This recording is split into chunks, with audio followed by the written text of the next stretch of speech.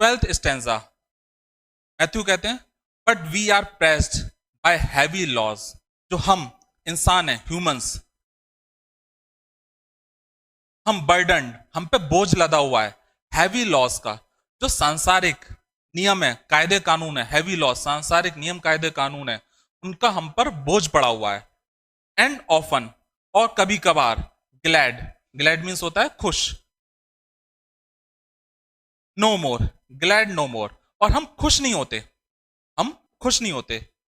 We wear a face of joy, हमारे चेहरे पे जॉय, खुशी, जॉय खुशी, हमारे चेहरे पे फेस, हमारे चेहरे पे खुशी आती है। Because we have been glad of yore, yore होता है पास्ट, पुराने दिन, जब हम पास्ट को सोचते हैं, पुरानी चीजों को, तब हमारे चेहरों पे खुशी आती है। तो यहां पर मैथ्यू गहरी बात कह रहे हैं कि जो रोया पुराने को रोया, मीन्स हम पुराने को सोचकर खुश होते हैं। We wear a face of joy, हमारे चेहरे पे खुशी आती है। Because we have been glad of yore, हम पास्ट को सोचकर ग्लैड, खुश होते हैं। यहां पे मैथ्यू कहते हैं if there be one who need be moan, अगर कोई ऐसा है, वन, अगर कोई ऐसा है, वन व्यक्ति, हु नीड बिमोन, बिमोन मीन्स दुखी होना, जो दुखी होता है। हिज किंड्रेड, किंड्रेड होता है रिलेटिव, रिश्तेदार,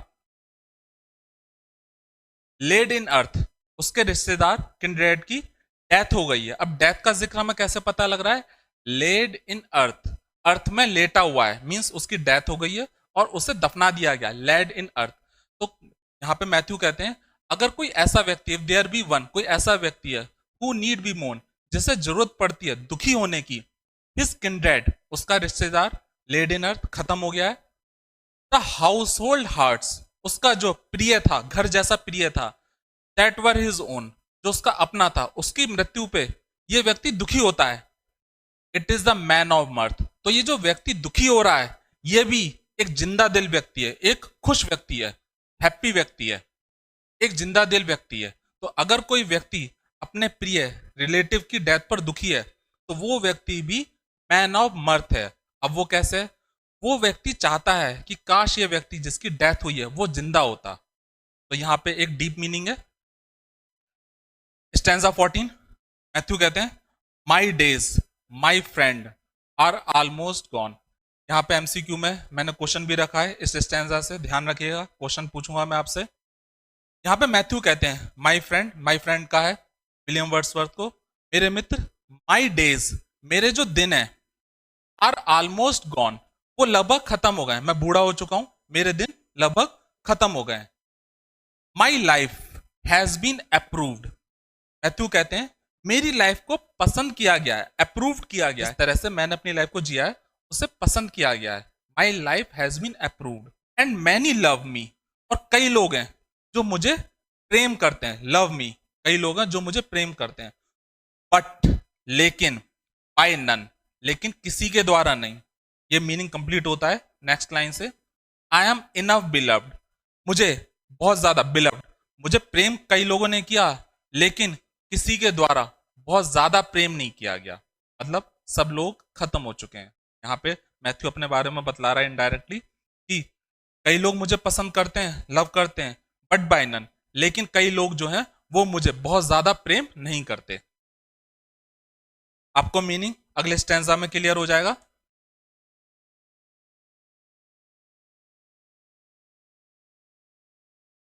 15th स्टैंजा मैथ्यू का लास्ट है।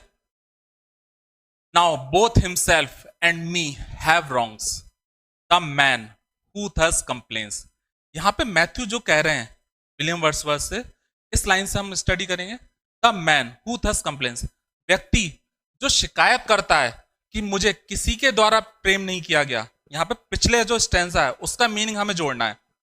The man who thus complains, व्यक्ति जो कंप्लेन करता है कि मुझे किसी के द्वारा प्रेम नहीं किया गया।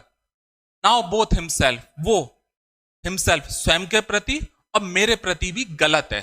तो अगर कोई व्यक्ति कंप्लेन करता है कि मुझे किसी के द्वारा प्रेम नहीं किया, तो वो दोनों के लिए गलत है, अपने लिए भी, स्वयं के हिमसेल्फ अपने लिए भी गलत है, और वो मेरे लिए भी गलत है। I love, I live and sing my idle songs. मैंने अपने जीवन को जिया है, अपनी लाइफ को जीता हूं, एंड सिंग और गाता हूं, अपने आलस्य से भरे हुए गानों को मैं गाता हूं। अपॉन दीज हैप्पी प्लेन्स, ये जो प्लेन है, मैदान है, खुशनुमा मैदान है, खुशियों से भरा, उस मैदानों में मैं अपने गाने, आलस्य से भरे हुए गाने गाता हूं। 16th स्टैंजा, यहां पर स्पीकर विलियम वर्ड्सवर्थ है। विलियम वर्ड्सवर्थ कहते हैं, and Matthew for thy child children dead. तो यहां पे विलियम वर्ड्सवर्थ संबोधित कर रहे हैं मैथ्यू को। मैथ्यू, ताई तुम्हारे, योर तुम्हारे बच्चों की डेथ हो गई है। तो यहां पे जब मैथ्यू ने कहा था कि अब मुझे कोई प्रेम नहीं करता बहुत ज्यादा, तो यहां पे मीनिंग कंप्लीट हो रहा है कि उसके बच्चों की सबकी डेथ हो गई, जितने भी उसके रिश्तेदार हैं सबकी डेथ हो गई है। तो विलियम वर्ड्सवर्थ कह रहे हैं, फॉर दाई चिल्ड्रन डेड, तुम्हारे बच्चों की डेथ हो गई है। I will be a son to thee, thee means you, मैं तुम्हारा सन, बेटा बनना चाहता हूं। यहां पे विल का यूज करा है, मैं तुम्हारा बेटा बनूंगा। तो यहां पे ऑफर दे रहे हैं विलियम वर्ड्सवर्थ, इच्छा जाहिर कर रहे हैं कि मैं तुम्हारा बेटा बनना चाहता हूं। And this he grasped my hand and said, और ही जो मैथ्यू है उसने ग्रास्प्ड मेरे हाथ को पकड़ा, मेरे हाथ को पकड़ा और कहा, एलास, अब यहां पे स्पीकर जो है वो मैथ्यू है, sorry, that can not be, ऐसा नहीं हो सकता। तो एलास मीन सॉरी, ऐसा नहीं हो सकता। तो मैथ्यू मना कर देता है कि मैं तुम्हें अपने बेटे के तौर पे एक्सेप्ट नहीं कर सकता।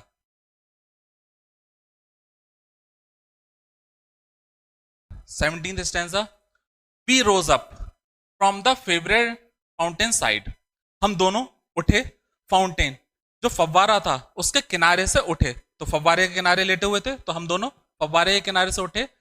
एंड डाउन, और नीचे, द स्मूथ डिसेंट, डिसेंट होता है ढालू और स्मूथ होता है स्लिपरी, जो फिसलन भरा ढाल था, फिसलन भरा ढाल था नीचे, of the green sheep track, जो शीप है, भेड़ थी, उनका जो रास्ता था हरा, ट्रैक जो उनका जाने का रास्ता था।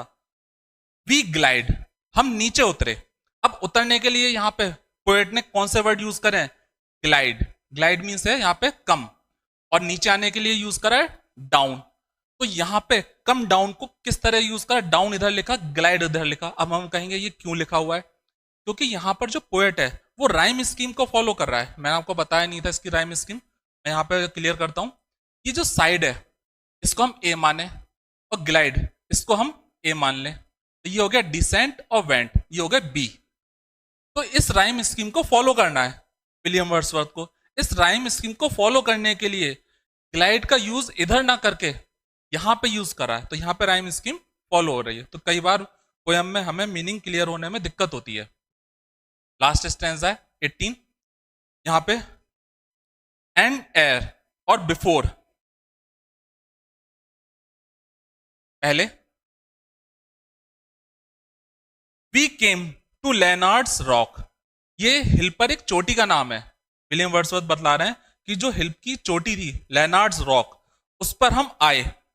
एर बिफोर, आने से पहले, ही सैंग, जो मैथ्यू है उसने लेनार्ड्स रॉक, जो पहाड़ की चोटी थी, हिल की चोटी थी, उस पे आने से पहले गाना शुरू कर दिया। तो पहले बिफोर, एर आने से पहले गाना शुरू कर दिया, चोटी पे पहुंचने से पहले। टोज विटी राइम्स, जो राइम्स थी, पोएम थी, सॉन्ग था, उसको गाना शुरू कर दिया। और ये पोएम कैसी थी, सॉन्ग कैसा था, विटी, अट्रैक्टिव। उन अट्रैक्टिव राइम्स को, सॉन्ग को गाना शुरू कर दिया मैथ्यू ने लेनार्ड रॉक से पहुंचने से पहले। अबाउट द, और ये जो सॉन्ग जो था, पहले मैं विलियम वर्ड्सवर्थ ने बात करी थी ये सॉन्ग कैसा होना चाहिए, ऑर्डर होना चाहिए या इस तरह उस तरह, अब बतला रहे हैं ये सॉन्ग कैसा था। About the crazy old church clock, ये जो सॉन्ग जो था ये पुरानी चर्च के बारे में था, क्लॉक के बारे में था, पुराने चर्च के बारे में था, क्लॉक के बारे में था। और ये चर्च कैसा है, क्रेजी, अजीब सा चर्च था। एंड द बीविल्डर्ड चाइम्स, और जो चर्च बेल्स थी, chimes means church bell, church bell के बारे में था। ये जो सॉन्ग जो था ये चर्च के बारे में था, चर्च में लगी क्लॉक के बारे में था, और जो चर्च बेल थी उनके बारे में था। ये जो चर्च बेल थी ये कैसी थी, बीविल्डर्ड, कंफ्यूज थी, उनमें आवाज कभी तेज आती थी, कभी कम आती थी। तो यहाँ पे हमें मीनिंग पे पहुंचना है। तो पूरी 72 लाइंस की पोएम क्लियर हो गई है। उम्मीद करता हूँ आपको अच्छे तरह से समझ में आ गई होगी। कुछ डाउट्स होंगे वो मैं आपको क्लियर करूंगा। यहाँ पे कुछ एमसीक्यूज हैं, देखते हैं आपको कितना समझ में आया। फर्स्ट एमसीक्यू है, in the line my days my friend are almost gone, who does the speaker refer to as my friend. यहाँ पे स्पीकर किसको कह रहा है, माई फ्रेंड। मैंने आपसे कहा था 14th स्टैंजा में मैं क्वेश्चन पूछूंगा। अब देखता हूं आपको कितना आया। देखिए आप इसे, यहाँ पे स्पीकर किसे माई फ्रेंड कह रहा है, my days my friend are almost gone. अब हम मीनिंग को देखते हैं, मेरे दिन लगभग खत्म हो गए हैं। तो यहां पे जो स्पीकर है वो है मैथ्यू। मैथ्यू में डबल टी आया। मैथ्यू यहां पे कह रहा है my days are almost gone, मेरे दिन लगभग खत्म हो गए। माई फ्रेंड, तो माई फ्रेंड कौन है यहाँ पे, विलियम वर्ड्सवर्थ। विलियम वर्ड्सवर्थ को माई फ्रेंड कहकर संबोधित कर रहा है मैथ्यू। सेकंड क्वेश्चन है, what figure of speech is present in the line. ये जो लाइन है इसमें कौन सी फिगर ऑफ स्पीच है, about the crazy old church clock. यहां पर अगर हमें ऑप्शन को ना देखें, केवल इसको थोड़ा सा रीड करें, तो यहां पे एक वर्ड यूज हुआ है क्रेजी। क्रेजी जो वर्ड है वो किसी जगह के लिए यूज नहीं होता, किसी इंसान के लिए यूज होता है। तो इस वर्ड से पता लग रहा है कि ये जो चर्च है और क्लॉक है इसको पर्सोनिफाई करा है, इसको क्रेजी से बुलाया है। तो यहां पे हम कहेंगे कि यहां पे पर्सोनिफिकेशन का यूज हुआ है। तो इसका सही आंसर पर्सोनिफिकेशन है।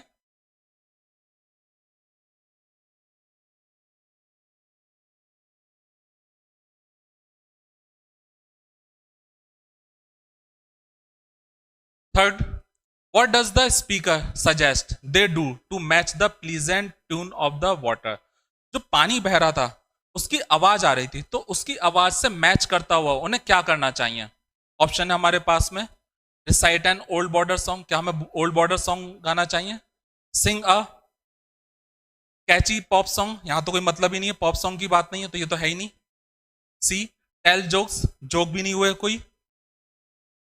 D, play a musical instrument, क्या म्यूजिकल इंस्ट्रूमेंट बजाना चाहिए, ये भी कोई बात नहीं है। अगर हम इस आंसर को देखें तो इसमें ऑप्शन से ही क्लियर हो रहा है, अगर हम पोएम को ना पढ़ें एक बार को थोड़ा सा रीड कर लें तो क्लियर हो रहा है कि यहाँ पे ए ही ऑप्शन होगा। तो कई बार ऐसे ऑप्शन आ जाते हैं कि हमें कम पढ़ा हुआ होता है लेकिन फिर भी हमें आंसर आते हैं। Fourth, where do the speaker and Matthew sit during their conversation. जो बातचीत कर रहे थे मैथ्यू और विलियम वर्ड्सवर्थ, उस समय कहां पर हैं। ऑप्शन है अंडर विलो ट्री, क्या विलो ट्री के नीचे, विलो का तो जिक्र ही नहीं हुआ, ओक की बात हुई थी। साइड अ मॉसी सीट, जो काईदार सीट है उसके पास में, ये सही ऑप्शन है। जो मैथ्यू और विलियम वर्ड्सवर्थ थे वो लेटे हुए थे और पास में सीट पड़ी हुई थी, बेंच पड़ी हुई थी और उस पर काई लगी हुई थी, मॉसी सीट काई लगी हुई थी। तो बी ऑप्शन सही है इसका।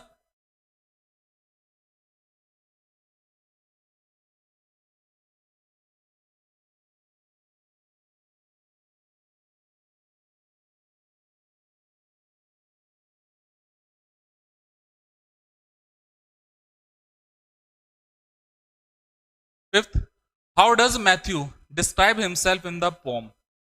मैथ्यू अपने आप को कैसे डिस्क्राइब करता है, the young man of wisdom, क्या एक होशियार व्यक्ति के तौर पे डिस्क्राइब करता है, ऐसा कुछ नहीं कहा मैथ्यू ने। B, the grey haired man of glee, क्या मैथ्यू अपने आप को grey haired man of glee कहता है, बिल्कुल सही है। सफेद बालों वाला व्यक्ति हम कह सकते हैं खुशनुमा व्यक्ति के तौर पे मैथ्यू का इस पोएम में जिक्र है। तो बी ऑप्शन सही है। Six, where do the speaker and Matthew go after leaving the fountain side. Fountain side से वहां से निकलते हैं तो कहां पर जाते हैं, तो टू लेनार्ड्स रॉक, लेनार्ड्स रॉक पे जाते हैं। टू द सिटी स्ट्रीट, ये तो है ही नहीं, कहीं पे सिटी की बात ही नहीं हुई है। बी, टू द ओशन शोर, ये भी कहीं नहीं, समुद्र की कोई बात नहीं हुई है। टू द माउंटेन, माउंटेन की बात हुई है लेकिन ये भी ऑप्शन सही नहीं है।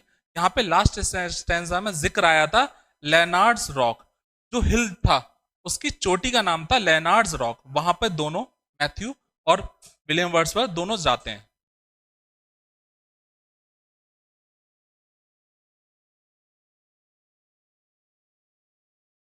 Seventh, what does the speaker say a wiser mind mourns less for.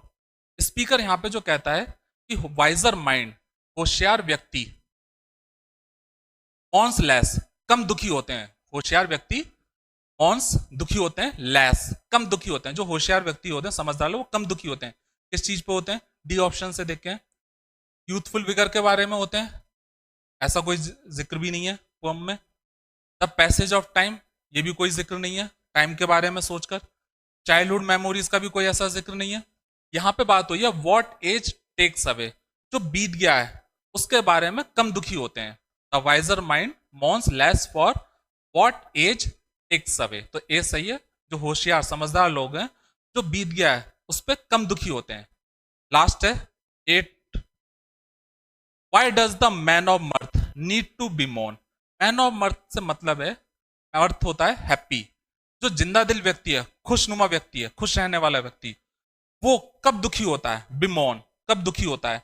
तो यहां पे A option, B C D, A option सही है, बाकी पे मैं नहीं जा रहा हूं। हिज किंड्रेड, उसके जो रिलेटिव हैं, रिश्तेदार हैं, are buried in the earth, उनको दफना दिया गया है। तो जो ये व्यक्ति जो अपने रिश्तेदार की डेथ पे दुखी होता है, ये व्यक्ति भी मैन ऑफ मर्थ है। अब वो मैन ऑफ मर्थ कैसे है? क्योंकि वो चाहता है कि काश वो व्यक्ति जिंदा होता। तो इस तरह पोएम कंप्लीट होती है। मैंने एमसीक्यू से आपको सारा क्लियर कर दिया है। जो भी आपके डाउट्स हैं वो आने वाले वीडियो में आपके कंप्लीट हो जाएंगे। तो स्टूडेंट्स, गुड बाय।